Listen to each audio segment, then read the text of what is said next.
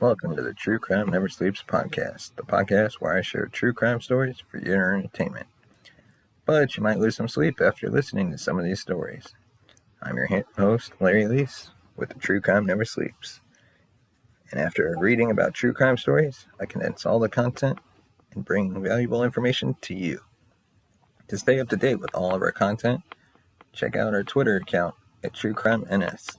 Subscribe to the podcast on your favorite podcast platform, and find us on Instagram at True Crime Never Sleeps. This show is sponsored by Hunt a Killer and Poddex. For more information about them, check the link in the description. It's a pleasure to have you here, and let's get into today's episode. Welcome to an all-new season of the True Crime Never Sleeps podcast. This season, we dive into the most horrific unsolved murders in history. From the Black Dahlia murder to the unsolved murder of the Lady of the Dunes. Join us every Tuesday on YouTube or your favorite podcast platform. As always, we thank you for listening. We will get into a pretty different discussion in this episode. Yes, we're talking crime, but we will talk about the law and how to make things better. But we will talk about it in a very different perspective that has become very popular all over the world. Social media. Social media is one of the most popular topics around the world for several years now. Social media has become an environment for business, advertising, sales, promotions, and more. Social media has also become an environment where wrong things happen, like frauds and exposing people in many ways. Social media has become a place for philanthropy and good things. But it's also become a platform to prevent and punish crimes. Today, we'll talk a little bit about how social media is being used to fight and prevent crime and violence. So let's get into it. Social media platforms are increasingly being used to fight crime and pursue investigations. Local and national law enforcement are using social media in creative ways to prevent and fight crime in America. Social media offers means for police departments to share information with the public, keep communities updated on what is happening around, and show their results. Social media also enables the police to engage and involve their communities in new and potentially transformative ways, like preventing crime, advertising local programs to teach kids and teens good life habits and keep them away from crime. It is a way that the police have to engage with the community in a scalable way. Social media also allows the police to search for evidence, make connections, look for alibis, and for crime evidence. Well, these are some of the most important things police can use social media for, but there are many other ways. How, you may ask? Well, starting off, number one, tracking tips with Twitter. One of the most useful tools the police have in hand when it comes to social media is Twitter. Twitter is like your live journal where people talk about all kinds of topics. If the police want specific information about a specific event or person, they can go on Twitter, search for it, and follow it in real time. There are countless ways of using it in their favor, and nowadays there are experts in social media to improve the use and improve results when it comes to preventing and fighting crime.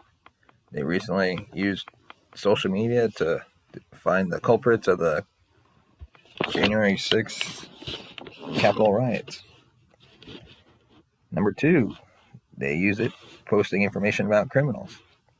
Another useful tool on social media is to put out information about fugitives or wanted criminals. There are two big benefits about it. The community feels involved, and information can travel really far on social media, which can and will make the life of the police easier and make their work more efficient. Number three, it's an open space for tips. The police encourage people to come forward and give out tips about criminals. Of course, it is all very confidential, and there is a protocol in place. But with the right strategy, the police are using this tool to facilitate people to speak to them and hopefully give some useful information. And number four, social programs. The best way to fight crime is through education. On social media, the police can influence several communities all at once. They can educate people, teach good manners, show the work they do, and connect at a more personal level, showing that the police is there to protect the good people. Like everything in life, there are good and bad sides.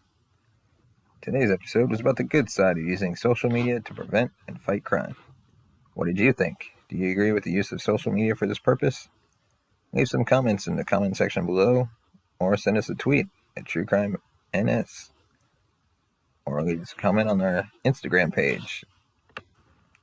That's a wrap for today's story. We should all agree crimes are never good and bring sadness to countless people. It is important for us to try to understand the reasoning behind such tragedies and create awareness to avoid it from happening again. This is True Crime Never Sleeps. We're here to bring you the best stories full of details and knowledge. For more information on the podcast, consider following me on Twitter at TrueCrimeNS and subscribe to the podcast on your favorite platform.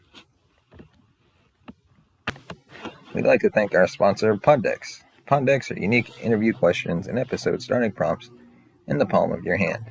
So whether you're a new podcaster or existing broadcaster looking to grow your audience or get more engagement, you're going to want to check out poddex.com and use the promo code Larry21 for 10% off your first order. That's promo code Larry21, LARRY21, for 10% off your first order. Thanks for listening, and we'll see you next time. Thank you for listening to the True Crime Never Sleeps podcast. Follow us on Twitter at TrueCrimeNS. Like us on Facebook at True Crime Never Sleeps. Send us a voice message at anchor.fm/truecrimeneversleeps/message. Tune in next week for an all-new episode.